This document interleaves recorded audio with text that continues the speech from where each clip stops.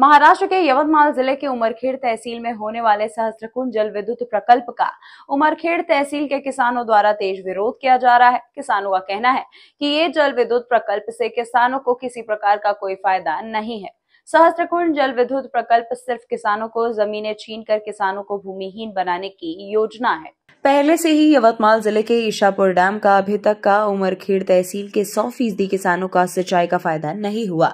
और दूसरी बात, उमरखेड़ विधानसभा के क्षेत्र में आने वाले वदड़ और अमडापुर डैम ये सिर्फ सफेद हत्थी बने हुए हैं।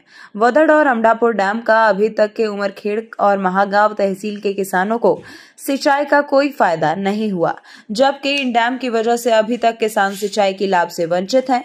इसका मुख्य कारण ये है कि इन डैमों की पानी अभी तक आखिरी छोर तक पहुंचाने में प्रशासन नाकामयाब रहा है। इतना होने के बावजूद भी किसानों के माथे पर सहस्त्रकुंड जिला विद्युत प्रकल्प लाकर लादने की कोशिश की जा रही है, ऐसा किसानों ने कहा है।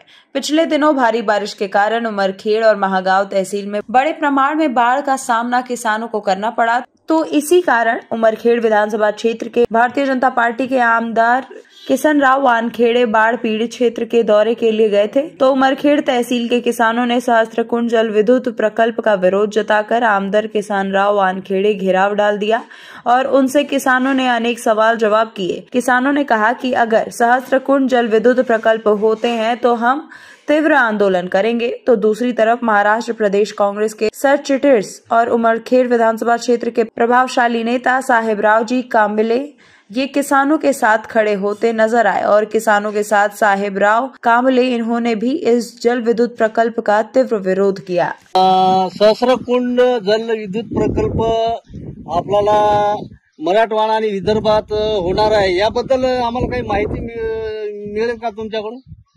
मी बी असंच हस्ते परस्ते ऐकलं आहे, शासनाने नोटिफिकेशन काढलं असंही मला समज आलेली आहे। आणि या सहस्त्रकुंडच्या याच्यामध्ये जर शेतकऱ्यांच्या जमिनी जात असतील आणि ते जर भुईसपाट लोक होत असतील, जमीनदोस्त लोक होत असतील, तर शेतकऱ्यावर हा मोठा अन्याय आहे।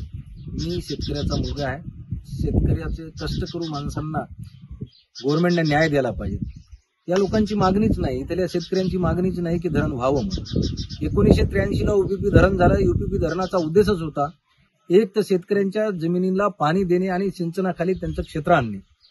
ते 75% त्यांनी साध्य केलं, पण 25% साध्य करायचं राहिलं आणि टेलपर्यंत पाणी देणे। शेतकऱ्यांच्या जमिनीला टेलपर्यंत आणखी यूपीपीचं पाणी गेलेलं नाही। राहिला प्रश्न यांचा हा की धरण करायचं कशासाठी करायचं आहे की त्यांचे दोन त्यांनी शीर्षक सांगले, एक ते शेतकऱ्यांचं जमिनी सिंचनाखाली आणणे आणि दुसरे विद्युत प्रकल्प निर्माण करणे। मान्य आहे, मराठवाड्यामध्येच एक एलदरी नावाचा डॅम तयार झालेला आहे, त्या डॅमवर विद्युत प्रकल्प निर्मिती व्हावी असं त्यांचं धोरण आहे, पण अद्यापपर्यंत विद्युत निर्मिती प्रकल्प तिथं असून कार्यान्वित नाही। ते सुद्धा जर गव्हर्नमेंटने कार्यान्वित केलं तर चांगलं होईल। दुसरं असं शेतकऱ्याच्या जमिनीला मुबलक प्रमाणात पाणी देणे।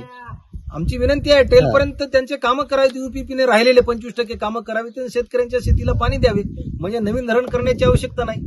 तिसरं असं आहे की त्यांनी काय म्हणाले की महागावच्या काही भागामध्ये पाणी नाहीये, कोरडवाहू विभाग आहे। तर मान्य आहे, महागावमध्ये वेणी नावाचं धरण झालं, त्याचं सुद्धा टेलपर्यंत पाणी गेलेलं नाही, त्याचे सुद्धा कामं झालेले नाहीत। तेव्हा शासनाला माझी विनंती आहे की राहिलेले कामं पूर्ण करा। आणि इथं प्रकल्प करायचा आहे तर शेतकऱ्यांची मागणी पाहिजे, शेतकऱ्याची डिमांड नाही। आणि शेतकऱ्याची डिमांड नसताना लोकप्रतिनिधींनी असा निर्णय घेणं हे मला उचित वाटत नाही। म्हणून मी शेतकऱ्याच्या बाजूने आहे। विद्युत प्रकल्प आमच्या त्या गोष्टीला सगळ्या शेतकऱ्यांच्या जर शेतकरी जर भूमिहीन होत असतील तर शेतकऱ्यांनी जायचं कोणाकडे? शासनाकडे। तर शासनाने या गोष्टीचा विचार करावा। तर बाबुराव पाटील आणि आपले उमरखेडचे आमदार वानखेडे याचं मत आहे की बा इथं विद्युत प्रकल्प झालाच पाहिजे। म्हणजे विद्युत प्रकल्प कशासाठी करायचा आहे की शेतकऱ्यांना त्यांना विनामूल्य विद्युत द्यायची आहे, म्हणजे शासनाचा उद्देश आहे। आपण ते मान्य करतो, ठीक आहे। आज पडीक जमिनी आहेत, शासनाच्या इकला जमिनी आहेत, या जमिनीवर तुम्ही सोलार आणा, सोलार मधून वीज निर्मिती करा आणि शेतकऱ्यांना द्या।